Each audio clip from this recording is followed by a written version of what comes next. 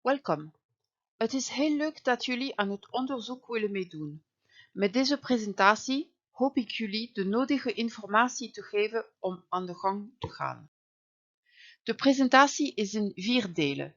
Eerst wat achtergrond van het onderzoek, ten tweede een gedetailleerde beschrijving van de methode, dan de indicatorsoorten, wat zijn de hulpmiddelen om ze goed te leren herkennen en als laatste wat zijn de oeverlocaties die voor het onderzoek nuttig zijn.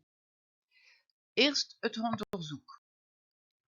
Waarom is het onderzoek oeverplanten ontstaan? We weten allen dan dat door een combinatie van verstedelijking en intensieve landbouw de biodiversiteit in Nederland de laatste decennia sterk achteruit gegaan is. De leefgebieden van planten en dier worden kleiner en versnipperd, de bodem verrijkt.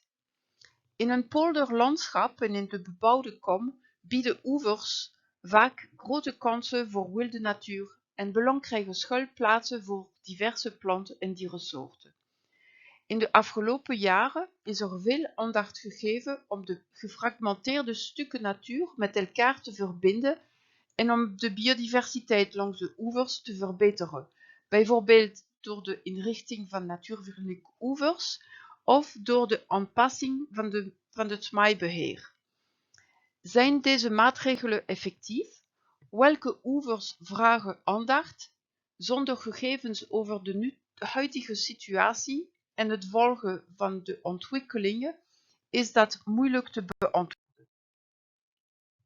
Het doel van het project Oeverplanten is gegevens over de vegetatiekwaliteit van de oevers te verzamelen om onderzoek, advies en beleid te ondersteunen. Het huidige gebied van het oeverplantenonderzoek ligt tussen Den Haag, Gouda en Haarlem. De grenzen van het gebied liggen niet vast. Eigenlijk is de ambitie om het onderzoek in de komende jaren op een grotere schaal uit te voeren.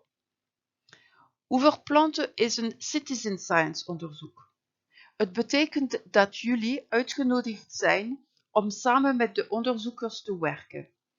De effecten van oeverinrichting en maaibeheer aanpassing nemen enkele jaren, zeker 3 tot 10, voordat ze meetbaar worden. Onderzoek is dus nodig niet alleen over een groot aantal oevers in een groot gebied, maar ook over een lange periode. Daarom is het noodzakelijk om het samen met jullie te doen. We vinden ook belangrijk dat jullie door het meedoen aan het onderzoek een kans krijgen om de oevers te ontdekken, beter te begrijpen en ervan te genieten.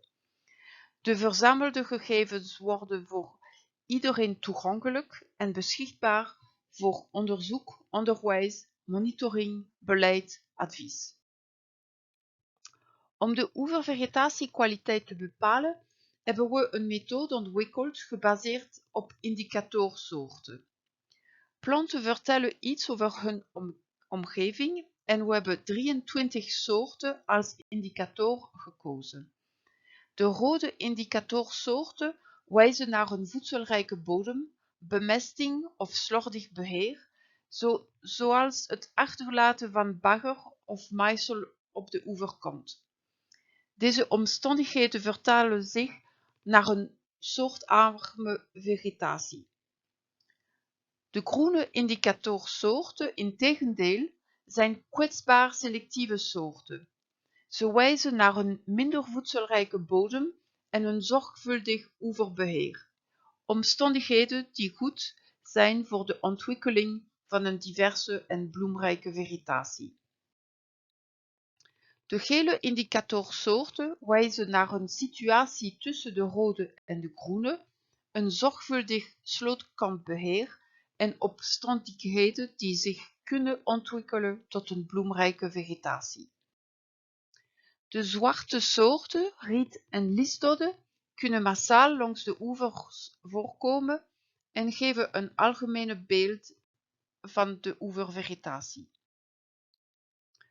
Op basis van de aanwezigheid van de indicatorsoorten langs een 40 meter oeverdeel worden de oevers gescoord en ze komen terecht in een van 5 oevervegetatiekwaliteitcategorieën.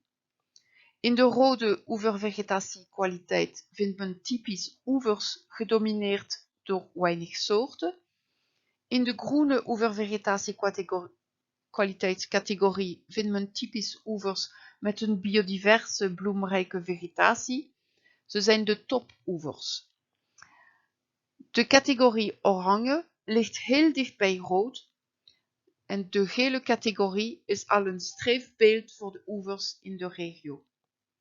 In de blauwe categorie zijn rietkraren en liesdoddevelden met weinig andere soorten. De oevervegetatiekwaliteit komt op de kaart te zien in de vorm van een gekleurde punt. Het onderzoek is in zijn 4e jaar. In de laatste 3 jaar zijn er meer dan 1500 oevers op de kaart gezet. Dit lijkt al veel oevers, maar als je op de kaart inzoomt, is de dichtheid van metingen niet zo groot. Een derde van deze gegevens zijn door mede-onderzoekers zoals jullie verzameld, een derde door studenten van de Universiteit Leiden in stage bij Naturalis en een derde door onderzoekers.